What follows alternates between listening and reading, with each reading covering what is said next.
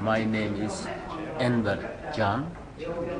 I am a representative of the Uyghur people whose country is occupied and annexed by the communist regime of China into the People's Republic of China. The position is in part of Turkmenistan, as I understood, is correct?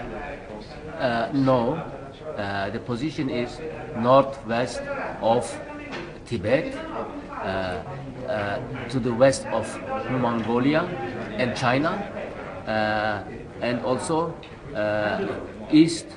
southeast of Kazakhstan and northeast of Pakistan and Afghanistan.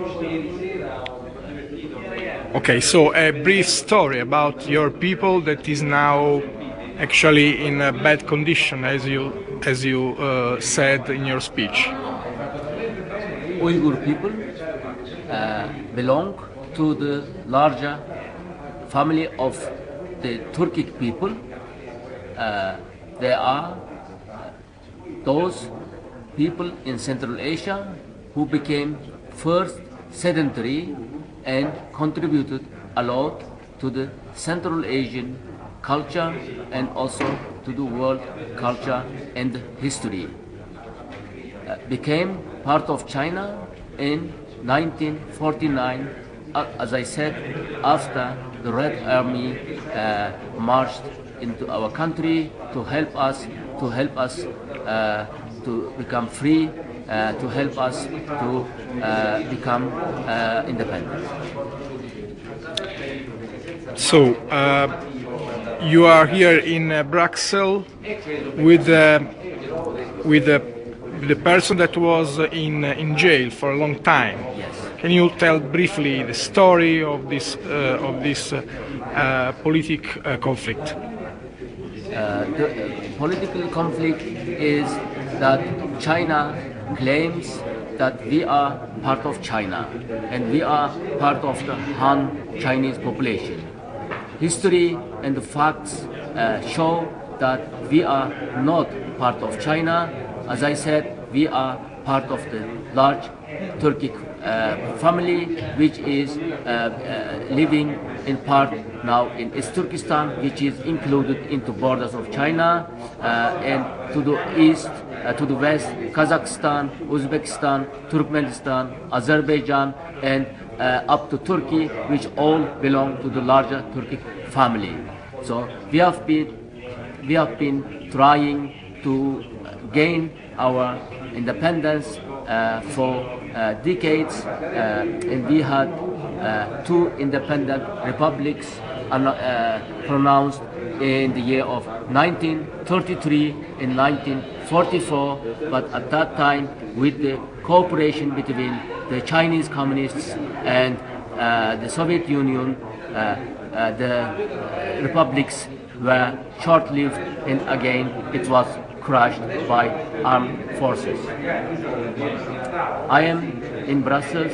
I am in this seminar of the ALDE group as a member of the Transnational Radical Party. And Transnational Radical Party has been helping us, has been helping our non-violent struggle against the Chinese communist regime to let the world know about this problem and to help us to gain our freedom.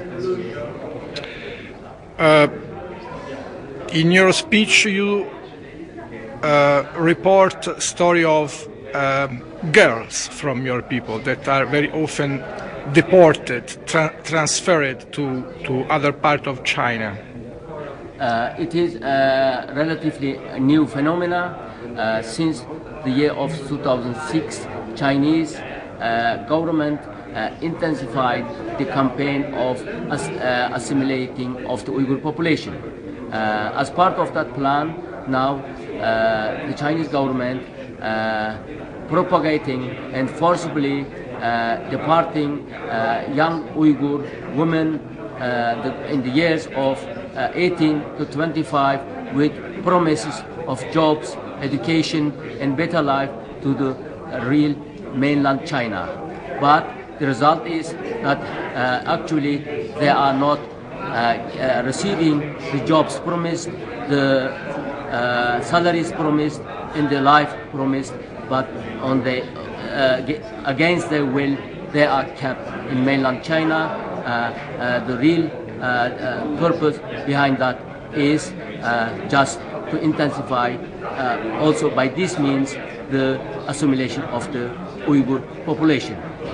And also, for some years now, the Chinese government also implementing a plan to take Uyghur children for education into China, to educate them in Chinese psychology, in Chinese mentality. So this is also another plan, another part of the plan to assimilate the Uyghur population.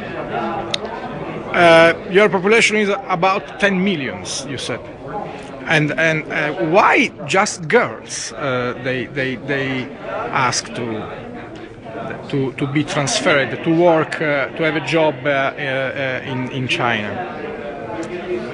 First of all,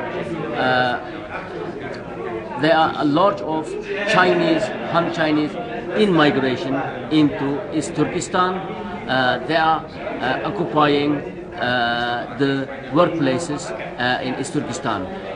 In China has intensified also this campaign. As my colleague said, before 1949, the 2% of the population in my country was Han Chinese, and now there are more than 50%. So for one person who is out of East Turkestan, regardless of whom, two Han Chinese are coming to just to change the demographic situation in East Turkestan. So as, to your question, why girls? Uyghur men, if they travel to China, mainland China, they would be able to come back, and they will be able to make their lives.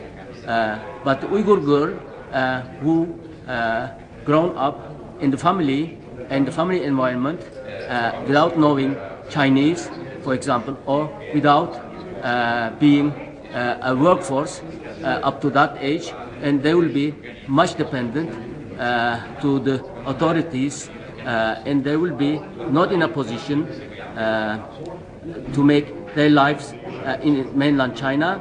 So I think more the reason is that somehow they will get married to a Han Chinese in mainland China, and then the children born then would be not anymore Uyghurs, but would be then more Han Chinese. It is a part of the policy of assimilation.